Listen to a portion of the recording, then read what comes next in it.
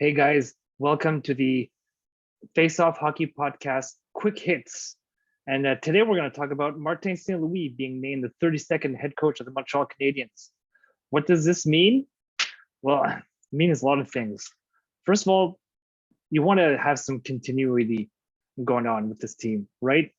It's been such a tough season. And if they were going to go out and have to start all over again with another head coach, well, it'd be another year of misery.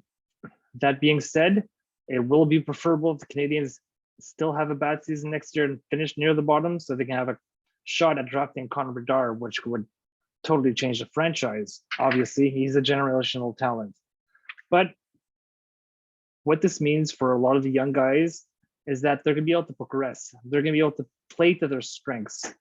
Something that Martin St. Louis said today during his press conference that I found really interesting is that he's going to spend some one-on-one time with the young guys and concentrate on one guy at a time and to bring them along slowly, not to overwhelm them too much and let them progress at their own pace, which I find really interesting. You saw it last year with Cole Caulfield. Immediately when Martin St. Louis took over, you saw the change in his game. He was skating, he was driving the net, he was shooting the puck when he got it, he wasn't hesitating, where first half of the season, was the total opposite. He looked like a shadow of the player that he was in the second half of the season and in the playoffs a couple of years ago. Also means that Nick Suzuki will keep getting a lot of ice time, and I really think he'll be able to solidify himself under the guidance of Martin St. Louis as a legitimate number one center in the NHL. I expect him to put out at least 65 to 70 points next year. Maybe you could hit 80. Who knows? If Caulfield is able to get 40 goals, then I'll probably go along with Nick Suzuki getting 80 points. It's also great for Jonathan Drouin. Just in the couple of games that he played under Martin St. Louis, you saw, it was tough. He was coming back from injuries, but at the end of the season, he was talking about how he can't wait to play under him next year because the way he wants his team to play and the style that they play is perfect for the kind of player he is and for the kind of game he wants to play. Not just that, but we might have, or we will have, most probably Shane Wright next year in the lineup.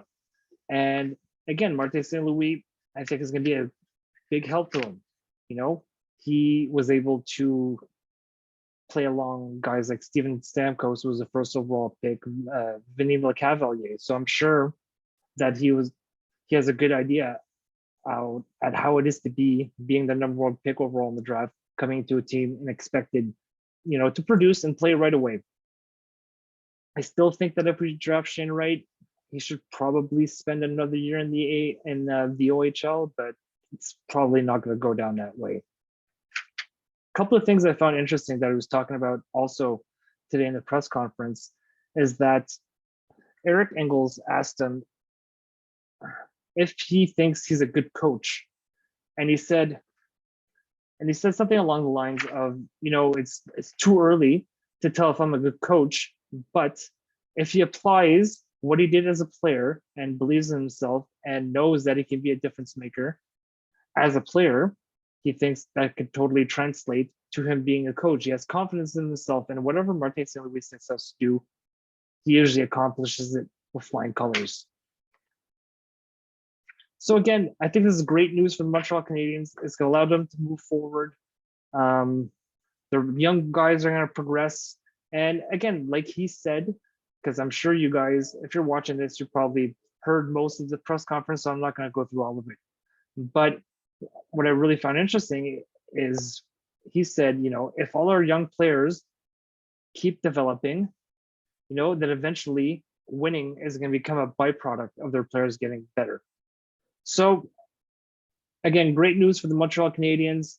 Signed to a 3-year deal, becomes 32nd coach in Montreal Canadiens history. A good chez nous.